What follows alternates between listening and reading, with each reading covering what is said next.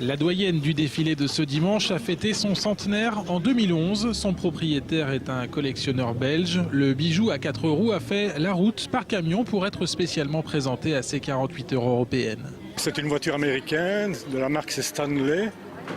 Et donc c'est une voiture qui fonctionne à la vapeur. C'est-à-dire qu'il y a une chaudière à l'avant, en dessous de laquelle il y a un brûleur. Le principe est le même que dans une locomotive à vapeur, très rare en Europe. Le mode de combustion était classique pour les voitures des années 1910 outre-Atlantique. Des milliers d'heures de travail ont été nécessaires aux collectionneurs pour restaurer, mais aussi pour comprendre cette mécanique d'un autre siècle.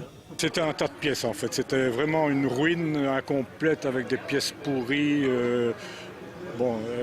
J'ai acheté ça en 1985, il m'a fallu 18 ans pour la refaire, pour qu'elle soit en état de marche. Donc il y a eu beaucoup de recherches aussi, de documentation, savoir comment ça fonctionne, trouver les bonnes pièces, ainsi de suite. Ça a pris vraiment très longtemps.